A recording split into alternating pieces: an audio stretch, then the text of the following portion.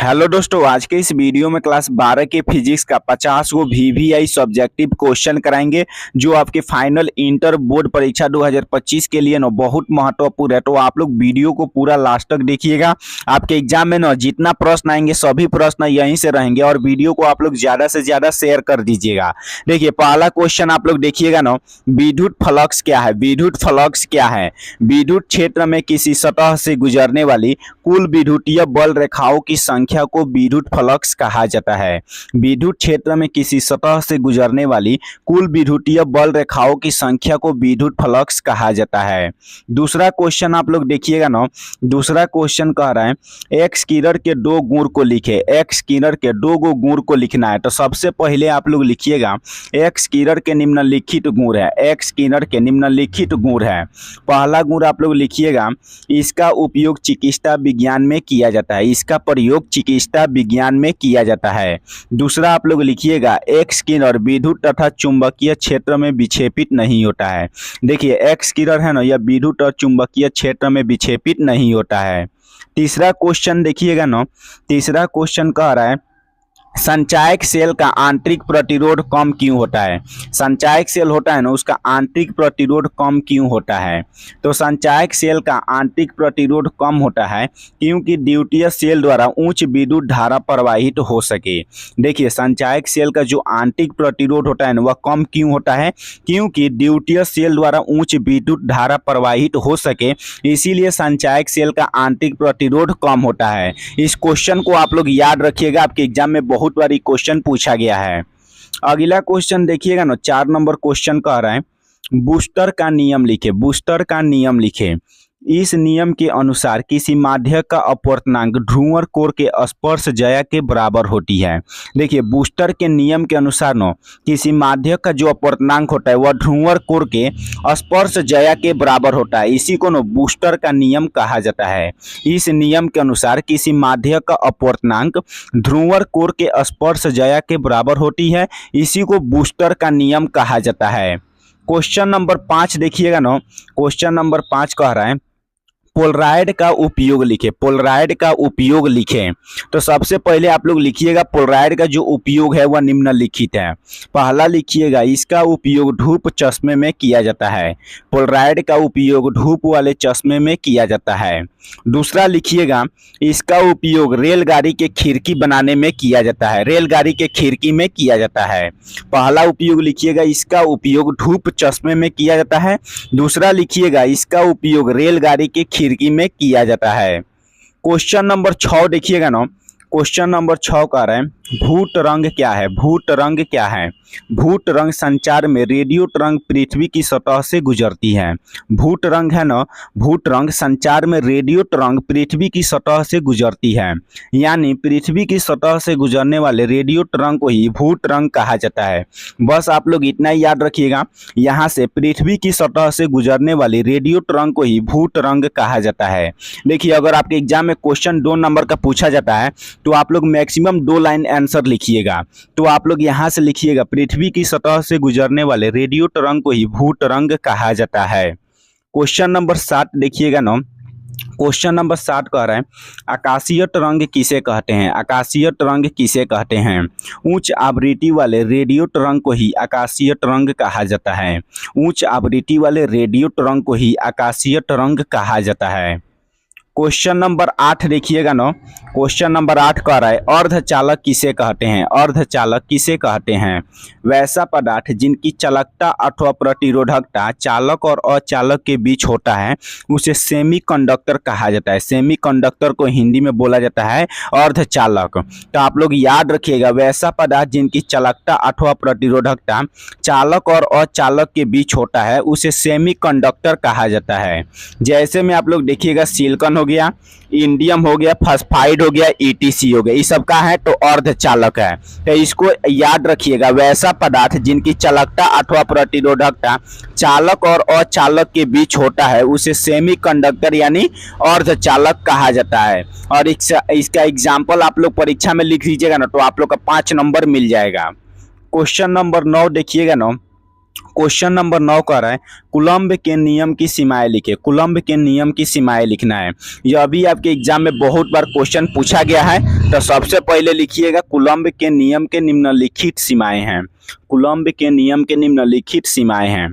पहला आप लोग लिखिएगा यह नियम केवल बिंदु आवेश के लिए सत्य है। कूलम्ब का जो नियम है ना केवल बिंदु आवेश के लिए सत्य है। दूसरा आप लोग लिखिएगा यह नियम 10 के पावर -14 मीटर से कम दूरी के लिए लागू नहीं होता है। देखिए कूलम्ब का जो नियम है ना यह नियम केवल बिंदु आवेश के लिए सत्य है। यह नियम 10 के पावर -14 मीटर से कम दूरी के लिए लागू नहीं होता है। तो दोनों नियम को आप लोग याद रखिएगा। क्वेश्चन नंबर 10 कह रहा है ना, क्वेश्चन नंबर 10 देखिएगा विद्युत चुंबकीय तरंग क्या है। विद्युत चुंबकीय तरंग क्या है। विद्युत चुंबकीय तरंग एक दूसरे के लंबवत स्थिर प्रतिवर्ती विद्युत क्षेत्र तथा चुंबकीय क्षेत्र के द्वारा उत्पन्न होती है। देखिए विद्युत चुंबकीय तरंग है ना यह विद्युत क्षेत्र और चुंबकीय क्षेत्र के द्वारा उत्पन्न होती है। तो इसको आप लोग याद रखिएगा। विद्युत चुंबकीय तरंग एक दूसरे के लंबवत स्थिर परिवर्तित विद्युत क्षेत्र तथा चुंबकीय क्षेत्र के द्वारा उत्पन्न होती है। इसी को विद्युत चुंबकीय तरंग कहा जाता है। क्वेश्चन नंबर 11 देखिएगा ना, पोलराइड क्या है इसका उपयोग लिखे। वैसा पदार्थ जो अनपोलराइज लाइट को प्लेन पोलराइज लाइट में बदल दे उसे पोलराइज कहा जाता है। वैसा पदार्थ जो अनपोलराइज लाइट को ना प्लेन पोलराइज लाइट में बदल दे उसे पोलराइज कहा जाता है। इसका उपयोग निम्नलिखित है। तो पहला आप लोग लिखिएगा चश्मे के द्वारा 3 डायमेंशनल फिगर देखने में इसका प्रयोग किया जाता है। दूसरा आप लोग लिखिएगा ट्रेन में प्रवेश करने वाले प्रकाश को नियंत्रित करने में इसका प्रयोग किया जाता है। सबसे पहले आप लोग लिखिएगा चश्मे के द्वारा 3 डायमेंशनल फिगर देखने में इसका प्रयोग करते हैं। दूसरा आप लोग लिखिएगा ट्रेन में प्रवेश करने वाले प्रकाश को नियंत्रित करने में इसका प्रयोग किया जाता है। तो आप लोग ना इसके दोनों उपयोग को याद रखिएगा। यहाँ से आपके एग्जाम में ईगो ऑब्जेक्टिव और ईगो सब्जेक्टिव गारंटी है कि पूछा जाता है। तो इसको आप लोग याद कर लीजिएगा। क्वेश्चन नंबर 12 कह रहा है ना लेजर किरण के 4 मुख्य विशेषता लिखे। लेजर किरण के ना 4 गो मुख्य विशेषता लिखना है। तो लेजर किरण के ना निम्नलिखित विशेषता है। लेजर किरण के निम्नलिखित विशेषता है। पहला लिखिएगा लेजर किरण दिशात्मक होता है। लेजर किरण क्या होता है दिशात्मक होता है। अतः इनका किरण पुंज नैरो होता है। नैरो मतलब होता है संकीर्ण होता है। लेजर किरण क्या होता है दिशात्मक होता है और इसका जो किरण पुंज होता है ना वह नैरो होता है। नैरो मतलब होता है संकीर्ण होता है। दूसरा आप लोग लिखिएगा यह किरण क्षण भर में कठोर से कठोर धातु को पिघलाकर वाष्पित कर देता है। देखिए लेजर किरण इतना खतरनाक होता है कि क्षण भर में कठोर से कठोर धातु को पिघलाकर वाष्पित कर देता है। तो इसको भी आप लोग याद रखिएगा। लेजर किरण दिशात्मक होता है अतः इनका किरण पुंज नैरो होता है। यह किरण क्षण भर में कठोर से कठोर कितना भी कठोर हो उसको पिघलाकर वाष्पित कर देता है। क्वेश्चन नंबर 13 देखिएगा ना। क्वेश्चन नंबर 13 कर रहा है फैक्स से क्या समझते हैं। फैक्स से क्या समझते हैं।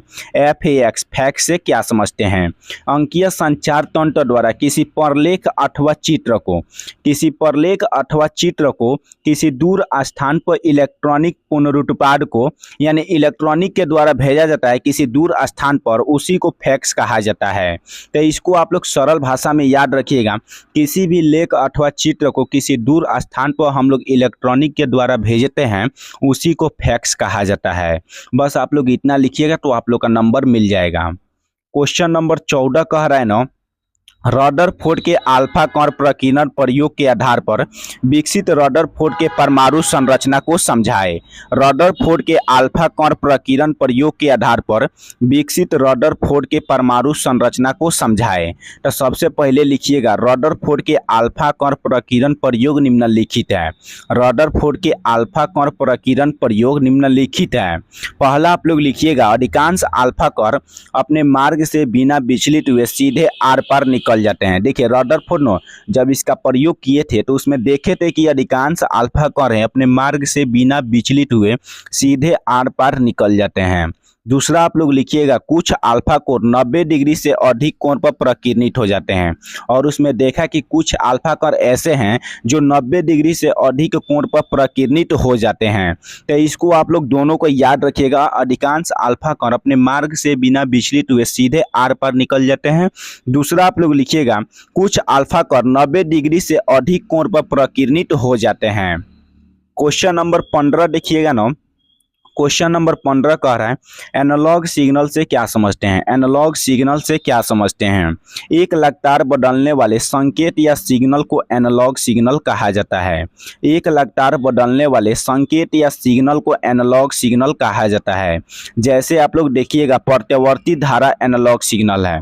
प्रत्यावर्ती धारा क्या है तो एनालॉग सिग्नल है। तो इसको भी आप लोग याद रखिएगा। एक लगातार बदलने वाले संकेत या सिग्नल को एनालॉग सिग्नल कहा जाता है। जैसे में आप लोग देखिएगा प्रत्यावर्ती धारा एनालॉग सिग्नल है। क्वेश्चन नंबर 16 कह रहा है ना डिजिटल सिग्नल से क्या समझते हैं। डिजिटल सिग्नल से क्या समझते हैं। ऐसा सिग्नल जिसके दो या दो के औसत मान ही संभव हो उसे डिजिटल सिग्नल कहा जाता है। ऐसा सिग्नल जिसके दो या दो के औसत मान ही संभव हो उसे डिजिटल सिग्नल कहा जाता है। जैसे में देखिएगा स्क्वायर वेव एक डिजिटल सिग्नल है। तो आप लोग ना दोनों को याद रखिएगा। आपके एग्जाम में एक बार क्वेश्चन पूछा था एनालॉग सिग्नल और डिजिटल सिग्नल में अंतर लिखे। तो इसीलिए हम दोनों परिभाषा को यहाँ पर आप लोग पूरा बढ़िया से समझा दिए हैं। बस आप लोग इसको याद कर लीजिएगा और इसको एकदम एग्जाम्पल के साथ लिखिएगा अगर एग्जाम में क्वेश्चन पूछेगा तो। क्वेश्चन नंबर 17 कह रहा है ना 17 नंबर क्वेश्चन देखिएगा आवर्धन तथा आवर्धन क्षमता में अंतर लिखे। आवर्धन और आवर्धन क्षमता में अंतर लिखना है। तो एक बगल आप लोग लिखिएगा आवर्धन, दूसरा बगल लिखिएगा आवर्धन क्षमता। तो आवर्धन में पहला लिखिएगा ना यह एक लीनियर मैग्निफिकेशन होता है। लीनियर मतलब होता है रेखीय। तो इसको आप लोग लिखिएगा यह एक रेखीय मैग्निफिकेशन होता है। इसमें आप लोग लिखिएगा यह एक एंगुलर मैग्निफिकेशन होता है। देखिए आप लोग एग्जाम में ना जहाँ तहाँ इंग्लिश का प्रयोग कीजिएगा ना तो आप लोग का एक भी नंबर नहीं कटेगा। इसीलिए आप लोग कुछ ऐसे लैंग्वेज होते हैं उसको आप लोग इंग्लिश में याद रखिएगा। पहला आप लोग लिखिएगा यह एक लीनियर मैग्निफिकेशन होते हैं। इसमें आप लोग लिखिएगा यह एक एंगुलर मैग्निफिकेशन होते हैं। दूसरा आप लोग लिखिएगा ना यह वस्तु तथा प्रतिबिंब का अनुपात होता है। यह वस्तु और प्रतिबिंब का अनुपात होता है। और यह न इमेज तथा वस्तु के द्वारा आंख पर बनाया गया विजुअल एंगल का अनुपात होता है।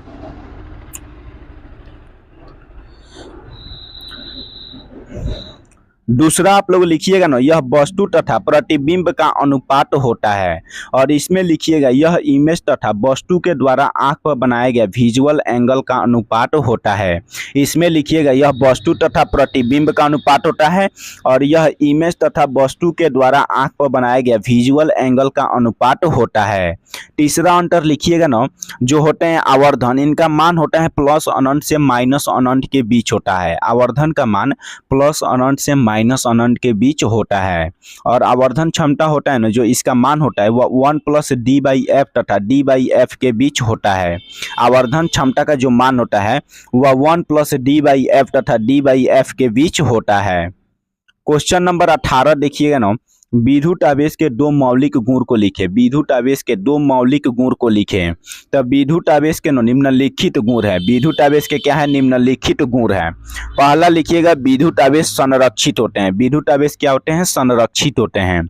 दूसरा आप लोग लिखिएगा आवेश योगात्मक होते हैं।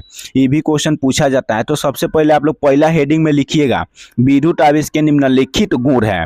पहला लिखिएगा विद्युत आवेश संरक्षित होता है। दूसरा लिखिएगा आवेश योगात्मक होता है। क्वेश्चन नंबर 19 कह रहा है ना 19 नंबर क्वेश्चन देखिएगा एक्स किरण के किन्हीं दो गुण को लिखे। एक्स किरण के दो गो गुण को लिखना है। तो पहले आप लोग लिखिएगा एक्स किरण के दो गुण निम्नलिखित है। इसको हम पहले करा दिए हैं। इसका उपयोग चिकित्सा विज्ञान में किया जाता है। इसका उपयोग चिकित्सा विज्ञान में किया जाता है यानी डॉक्टरी लाइन में किया जाता है। दूसरा लिखिएगा एक्स किरण प्रकाश के तरह विद्युत चुंबकीय तरंग होते हैं। इसमें प्रकाश के सभी गुण पाए जाते हैं। एक्स किरण होते हैं ना यह प्रकाश के तरह विद्युत चुंबकीय तरंग होते हैं और इसमें प्रकाश के सभी गुण पाए जाते हैं। तो दोनों गुण को आप लोग याद रखिएगा। क्वेश्चन नंबर 20 कह रहा है ना पी टाइप और एन टाइप सेमीकंडक्टर में अंतर बताएं। पी टाइप और एन टाइप सेमीकंडक्टर में अंतर बताना है। तो पी टाइप आप लोग एक बगल लिखिएगा पी टाइप सेमीकंडक्टर, दूसरा बगल लिखिएगा N type semiconductor. P type में आप लोग पहला अंतर लिखिएगा इसके प्योर सेमीकंडक्टर में ट्राइवेलेंट वाला तत्व को अशुद्धि के रूप में मिलाते हैं। इसके प्योर सेमीकंडक्टर में ट्राईवैलेंट वाला तत्व को अशुद्धि के रूप में मिलाया जाता है। जैसे में आप लोग देखिएगा Ba हो गया, Al का अर्थ होता है एल्युमिनियम, In का होता है इंडियम और ETC हो गया। इसमें आप लोग लिखिएगा इसके प्योर सेमीकंडक्टर में पेंटावैलेंट वाला तत्व को अशुद्धि के रूप में मिलाया जाता है। इसमें ट्राईवैलेंट यानी 3 गो और इसमें पेंटा मतलब होता है 5 गो। तो इसको आप लोग याद रखिएगा, इसके प्योर सेमीकंडक्टर में पेंटावैलेंट वाला तत्व को अशुद्धि के रूप में मिलाते हैं। जैसे आप लोग P4 यानी फास्फोरस हो गया, एंटीमोनरी हो गया, Ar हो गया, ETC आप लोग लिखिएगा। दूसरा अंतर लिखिएगा ना, इसमें आवेश वाहक धन आवेश की भांति व्यवहार करता है। इसमें आवेश वाहक होता है ना, यह धन आवेश की भांति व्यवहार करता है। धन आवेश का अर्थ होता है प्लस, और इसमें ना आवेश वाहक होता है यह ऋणात्मक कण के जैसा व्यवहार करता है। इसमें जो आवेश वाहक होता है यह ऋणात्मक कण के जैसा व्यवहार करता है। 21 नंबर क्वेश्चन देखिएगा ना, निरोधी विभव की परिभाषा दे। निरोधी विभव का परिभाषा बताना है।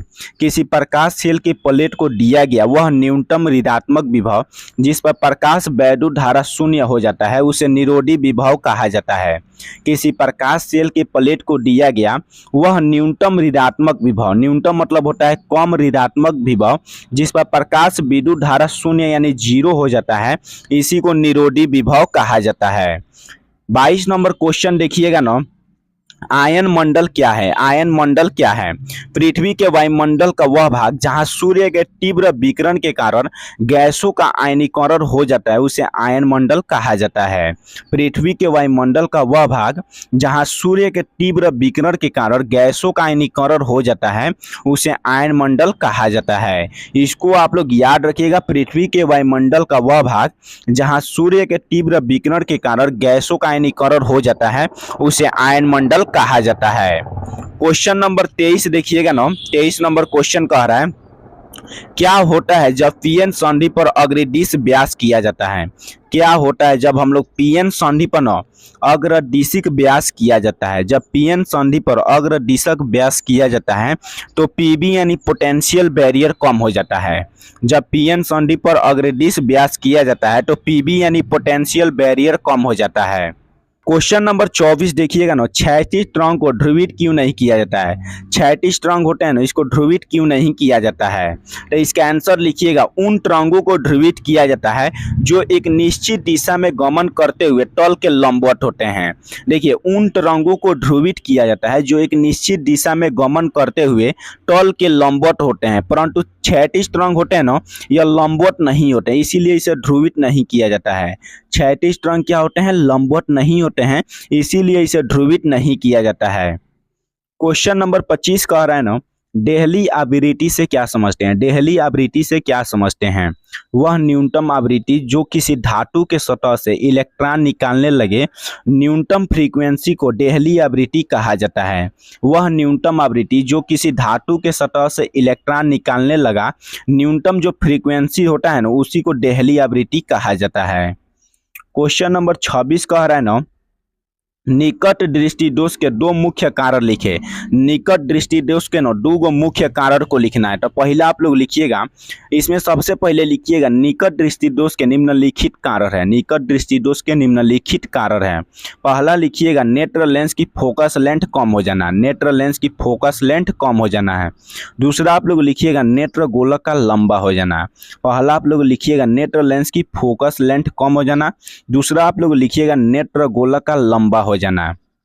27 नंबर क्वेश्चन कह रहा है ना, समतल दर्पण की वक्रता त्रिज्या होती है। समतल दर्पण की वक्रता त्रिज्या होती है। तो देखिए, समतल दर्पण का जो वक्रता त्रिज्या होता है ना वह अनंत होता है। समतल दर्पण का वक्रता त्रिज्या अनंत होता है। और अगला क्वेश्चन है ना, प्रतिरोध का मात्रक होता है। प्रतिरोध का मात्रक क्या होता है? ओम होता है। तो इसमें आप लोग का लगभग हम 30 क्वेश्चन कंप्लीट करवा दिए हैं जो आपके एग्जाम के लिए 100% VVI क्वेश्चन है। और आप लोग का टोटल 100 क्वेश्चन कराएंगे, यानी 120 हो सकता है। तो इसको आप लोग चैनल को अभी सब्सक्राइब कर लीजिएगा, क्योंकि इस चैनल पर ना पूरा physics, chemistry, biology, Hindi, English का पूरा गेस क्वेश्चन को कराया जाएगा। और आपके परीक्षा में जितने प्रश्न आएंगे ना सभी प्रश्न वीडियो में से रहेंगे। बस आप लोग वीडियो को पूरा कंप्लीट कीजिएगा, और वीडियो आप लोग ज़्यादा से ज़्यादा शेयर कीजिएगा और इसका PDF आप लोगों को टेलीग्राम पर मिल जाएगा और आप लोग व्हाट्सएप ग्रुप में ज्वाइन हो जाइएगा। व्हाट्सएप ग्रुप में भी इसका PDF मिल जाएगा और आप लोग इंस्टा है ना, इंस्टा को आप लोग फॉलो कर लीजिएगा और वीडियो को आप लोग ज़्यादा से ज़्यादा शेयर कीजिएगा।